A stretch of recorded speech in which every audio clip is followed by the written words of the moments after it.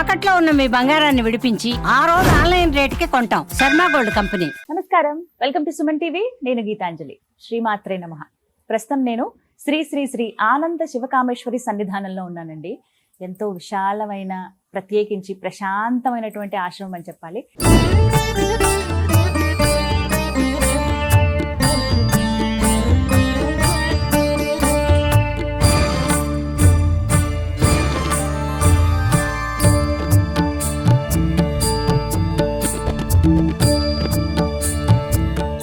మనతో పాటు ఉన్నారు శ్రీ శ్రీ శివకామేశ్వరి ఆనందమయ్య అమ్మ. వారితో మాట్లాడదాం. అమ్మ నమస్కారం. శ్రీమాత్రే నమః. శ్రీమాత్రే నమః. ఎలా ఉన్నారు? బాగున్నానమ్మా. శ్రావణ శుక్రవారం ఎప్పుడెప్పుడా అని ఎదురు చూసేటువంటి మాసం వచ్చేసింది. ఇక శ్రావణ శుక్రవారం, మొదటి శుక్రవారం పూజా విధానం చెప్తారమ్మా. ఎందుకు అడగాలనుకున్నానంటే, ఇప్పుడు 5 వారాలు వచ్చాయి. ఈసారి 5 శుక్రవారాలు చక్కగా అమ్మను ఇంకొక వారం ఎక్కువగా అంటే విశేషంగా పూజించుకోవచ్చు ప్రతి శుక్రవారం చేసిన. అయితే మొదటి వారం మన వరలక్ష్మి వ్రతం ఏమో 3వ వారం అంటున్నారు. మరి ఈ మొదటి వారం కావచ్చు, 2వ వారం, 4వ వారం, 5వ వారం అసలు ఎలా చేసుకోవాలి విడిగా వివరించండి. తప్పకుండా మొదటి వారం గురించి తెలుసుకుందాము. సుమన్ టీవీ వీక్షిస్తున్న ప్రేక్షకులందరికీ శ్రీమాత్రే నమః. శ్రీ గురుభ్యో నమః. శ్రావణ శుక్రవారము శుక్ర చూసారా, నేను చెప్పాను మీకు ఒక్కొక్క వారము ఒక్కొక్క గ్రహానికి సంబంధించింది. ఈ మాసం అంతా కూడా శ్రవణ నక్షత్రానికి సంబంధించింది. శ్రవణ నక్షత్రము శుక్రవారము ప్రత్యేకంగా లక్ష్మీదేవి, ఎందుకంటే భృగు మహర్షి యొక్క కుమార్తె కాబట్టి భృగువారమే శుక్రవారానికి మరి ఒక పేరు. ముఖ్యంగా స్త్రీలు నన్ను తిట్టుకున్న పర్వాలే, ఆ రోజు దయ్యుంచి నైటి ధరించకండి. అవునా? ఎందుకంటే అమ్మా, చూడగానే లక్ష్మీదేవిలా ఉన్నావమ్మా అని మనల్నిగా అంటారు. మగవాళ్ళని అంటారా? అనరుగా. విష్ణుమూర్తిలా ఉన్నావు ఎవరు అనరు. ఈవిని చూస్తే లక్ష్మీ కళ్ళు ఉట్టి పడుతోందని ఎందుకంటారు? నీ అలంకరణ యొక్క ప్రాముఖ్యత చెప్పేదే ఈ శ్రావణ శుక్రవారాలు. ఎందుకంటే సూర్యోదయ పూర్వమే లేవడము, తలస్నానం చేయడము చక్కగా ఎందుకంటే తలస్నానాలు ఈ రోజే చేయాలని కొన్ని నియమాలు ఉన్నాయిగా మనకి. కానీ స్త్రీకి శుక్రవారం ఒక్కటి మనకి వెసులుబాటు కల్పించారు. ఎందుకంటే ఆ జిడ్డు మొహం వేసుకుని ఎప్పుడు ఆ బొట్టు కూడా లేకుండా, కనీసం ఏమిటో ఎందుకున్నావో తెలియకుండా కనీ కనిపించకుండా మంగళసూత్రాలు తీసి బీరువాల్లో పెట్టి ఆ పండగలప్పుడే వేసుకుని ఇలాంటి దుశ్చర్యలు చేయకుండా, దాని పేరే ఏంటమ్మా? మంగళసూత్రం. మంగళాన్ని ప్రసాదించేది, భర్తకి ఆయుష్ని పెంచడానికి. వాళ్ళకి 100 ఏళ్ళు ఆయుష్ కోసం నీ మెళ్ళో వేశారు. తీసి పక్క పెట్టేస్తే కరెక్టే కదా, వేసుకుని ఉంచుకోవాలి. వేసుకోవడానికే కదమ్మా కట్టించుకున్నావు, అంతే. మరి తీసి పక్క పెడితే ఎట్లా? వేసుకోవాలి. చెప్పానుగా, పంచమాంగళ్యాల్లో విషయం చెప్పుకుందాం. తప్పకుండా. శుక్రవారం మాత్రం అలంకరణ ప్రత్యేకత. అమ్మవారికే కాదు, మనకు కూడా. మీరు కూడా లక్ష్మీదేవిలా ఉండండి. ఎంతో కొంత ఉన్న నగలు ఆ బీరువాలో పెడితే ఏం చేస్తుంది? ఆ బీరువా ఎన్ని రోజులు కాపలా కాస్త ధరించండి. ఉన్నవాళ్ళు, లేని వాళ్ళు, నేను అందరికీ చెప్పట్లేదమ్మా, ఎవరైతే కాస్త కలిగి ఉన్నారో ధరించండి, వేసుకోండి. లేని వాళ్ళు చక్కగా ఉన్నవే. పసుపు కొమ్ము వేసుకున్నా అందమే కదమ్మా, మెడలో పసుపు తాడు వేసుకున్నా అందమే. చూడండి, మన తమిళియన్స్ చూడండి, బంగారం ఉన్నా పసుపు తాడు ధరిస్తారు వాళ్ళు. ఎప్పుడు పసుపు తాడు ధరిస్తారు వాళ్ళు. అందుకని అలంకరణ ముఖ్యం. ఉన్నంతలో శుభ్రమైన చీర, చిరుగులు లేనటువంటి దుస్తులు ధరించాలి. ప్రత్యేకంగా ఈ శుక్రవారమే కాదమ్మా, ఏ శుక్రవారమైనా కూడా చిన్న చిరుగు కూడా ఉండకూడదు. ఎందుకంటే అమ్మా, మనం వస్త్రాన్ని ఆవహించి దేవతలు ఉంటారట. వస్త్రాన్ని ఆవహించి, అందుకే చూడండి, ఒత్తులకి ఏది వాడతాం? పత్తి వాడతాం. మన వస్త్రాలు దేంతో చేస్తారు? దారంతో చేస్తారు. అంటే కొన్ని సామాన్లకి కొన్ని ప్రత్యేకమైనవి ఉన్నాయి. వస్త్రం చాలా విశేషం. ఎందుకంటే దేవుడికి 16 ఉపచారాల్లో వస్త్రమే ఎందుకు పెట్టారు? దాని యొక్క విశేషం ఉంది కాబట్టి. మన శరీరాన్ని కాపాడమే కాకుండా ఎంతో హుందాతనాన్ని ఇస్తుంది వస్త్రం. అందుకని శుభ్రమైన వస్త్రాలు కట్టుకోండి, ఉతికారేసినటువంటి బట్టలు ధరించండి, చక్కగా చేతికి గాజులు వేసుకోండి, నుదుటిని కుంకుమ ధరించండి, కాళ్ళకి పట్టీలు వేసుకోండి. ఈ గాజుల శబ్దం అంటమ్మా, భర్తకి వడ్డించేటప్పుడు, అన్నం వడ్డించేటప్పుడు ఒక శబ్దాన్ని, పిల్లల్ని ఎత్తుకునేటప్పుడు ఒక శబ్దాన్ని. చూడండి, గాజుల శబ్దానికి పిల్లలు గుర్తుపడతారు. ఏ తల్లి గాజుల శబ్దాన్ని ఆ పిల్లలు గుర్తుపడతారు. ఎందుకు మరి? అంటే అందులో ఉండే ప్రత్యేకత, గాజుల్లో ఉండే ప్రత్యేకత అందం ఒకటైతే ఈ గాజులు గలగలా శబ్దానికి భర్తకి ఇలా ఇలా వడ్డిస్తూ ఉన్నప్పుడు ఈ చప్పుడు అవుతూ ఉంటే అంత మోహనానికి గురవుతూ ఉంటుంది. అంటే నా భార్య చూడు ఎంత అందంగా ఉందో ఆ చేయి చూస్తూ ఉంటారు. ఇలాంటివన్నీ ఉన్నప్పుడు గొడవలు ఎందుకు వస్తాయి? దీనిలో అలంకరణ చాలా ప్రత్యేకత అమ్మా. శ్రావణ శుక్రవారం కాళ్ళకి పసుపు రాసుకోవడం, ఈ అలంకరణ చేసుకునే పూజ కూర్చోండి ఫస్ట్. అలా అని బ్యూటీ పార్లర్కి వెళ్ళి శారీ డ్రాపింగ్ ఇవన్నీ చేయించుకోమని చెప్పట్లేదు. చక్కగా అలంకరణ చేసుకొని తలలో పువ్వులు ధరించి కాళ్ళకి పసుపు రాసుకుని, ముఖ్యమైనది కళ్ళమ్మట నీళ్లు పెట్టుకోకండి. అది ఆ రోజు మన ఆడవాళ్ళకమ్మా కొంచెం సెన్సిటివ్ అన్నాం. మగవాళ్ళు చెప్పడానికి వెళ్ళే ఎప్పుడు ఏడుస్తూ ఉంటాం అని కాదు, మన హృదయం చాలా సున్నితమైనది. ఎమోషనల్ గా ఉంటాం ఎక్కువ. కరెక్ట్. ఎందుకుంటాం ఎమోషనల్ గా?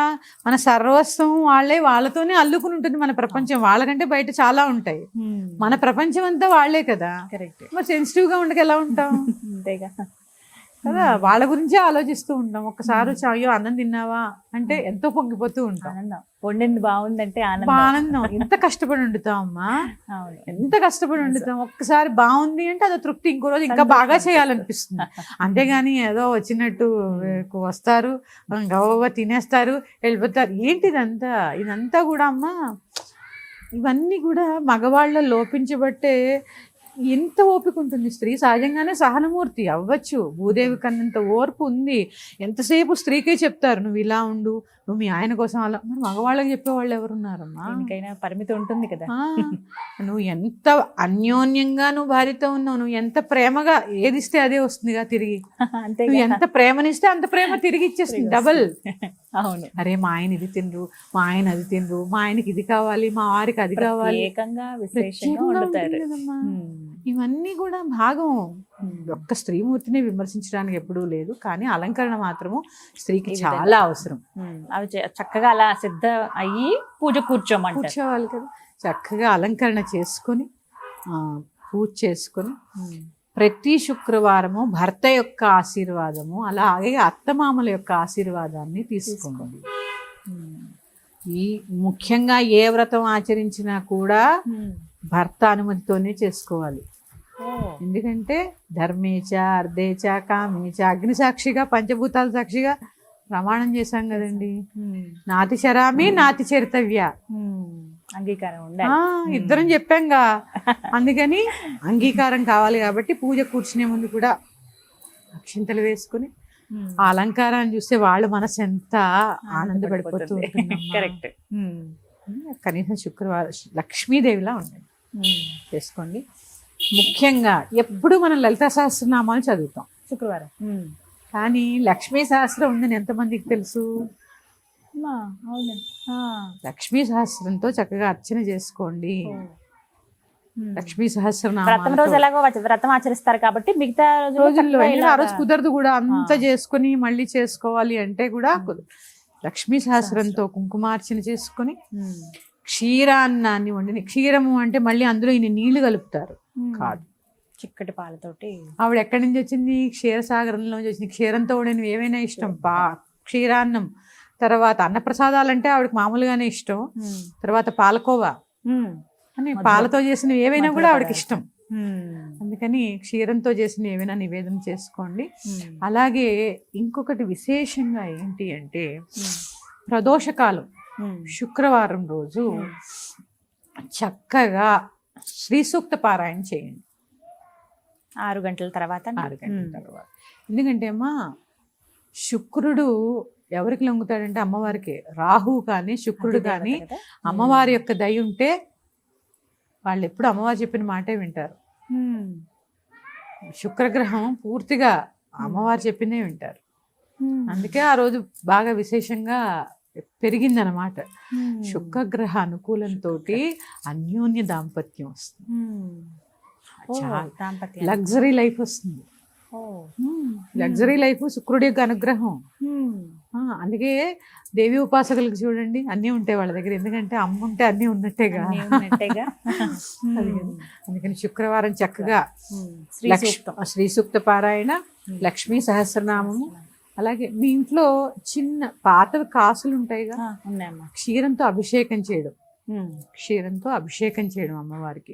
శ్రీ సూక్తం రాదు, పెట్టుకోండి అమ్మా, పెట్టుకొని చక్కగా వింటూ చేసుకోండి. మాసమే శ్రవణ మాసం, వింటూ చేసుకోవచ్చు కదమ్మా. లక్ష్మీ సహస్రం కూడా చదువుకోలేకపోతే వినండి, వినండి. కనకధరాస్తవం పారాయణ చేయండి. అన్ని ఆర్థిక ఇబ్బందులకి అదే చిట్కా. నేను చెప్పానుగా, కమలాత్మిక విద్య, దశమహావిద్యల్లో కమలాత్మిక ఒకరు లక్ష్మీ అమ్మ, కమలాత్మిక.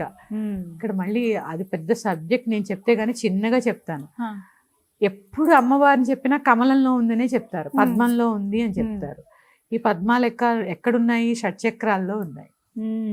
మూలాధారం నుంచి మొదలుపెట్టి మూలాధార పద్మం, స్వాధిష్టాన పద్మం, మణిపూర పద్మం, అనాహత పద్మం, విశుద్ధి పద్మం, ఆజ్ఞ పద్మం, సహస్రార పద్మం. ఇప్పుడు ఎక్కడుంది పద్మం? అందుకే సంసార పంక నిర్మగ్న సముద్ధరణ పండిత. సంసారం అనే బురదలో ఉంది, అది ఎక్కడుంది? ఇక్కడ ఉంది, ఈ లోపలే ఉంది సూక్ష్మ శరీరంగా. అది మళ్ళీ మాట్లాడుకుందాం. ఇదంతా కూడా భౌతికం, అదంతా కూడా అంతర్ముఖ సమారాధ్య బహిర్ముఖ సుదుర్లభ. అమ్మ గురించి చెప్పడం, అంతర్ముఖం అవ్వడం కూడా చాలా అవసరం. ఎప్పుడు భౌతికంగా చేస్తూ చేస్తూ అంతర్ముఖం అవ్వాలి. భౌతికంగానే ఉండిపోతే, ఎప్పుడు లక్ష్మీదేవికి ఇష్టమని పరవాణమే ఉండితే ఎట్లా? అన్ని అన్ని ఆ పరవాణాన్ని వండకుండా కూడా ఎలా నివేదన చేయాలో నేర్చుకోవాలి. అదే అంతర్ముఖులు అవడం అంటే. కరెక్ట్.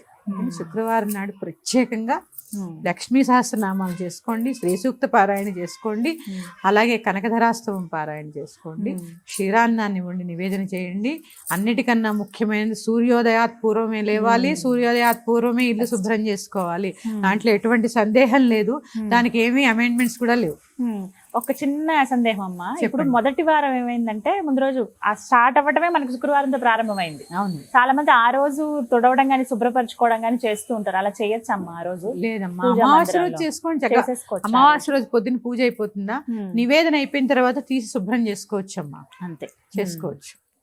ఈ సందేహం చాలా మంది, ఏం చేయమంటారు, కుదురుతుందా లేదా? మళ్ళీ శుక్రవారం అది ఇది అంటే కష్టం, అమ్మవార్లన్నీ తీసి పూజ చేయటం అని అంటే మళ్ళీ టైం పట్టేస్తాం. మొదటి వారం నుంచి చక్కగా ఈ 4 వారాలు ఏవైతే ఉన్నాయో ఈ విధంగా చేసుకోవచ్చు. చక్కగా వివరించారమ్మా, ధన్యవాదాలు. శ్రీమాత్రే నమః. స్వస్తి.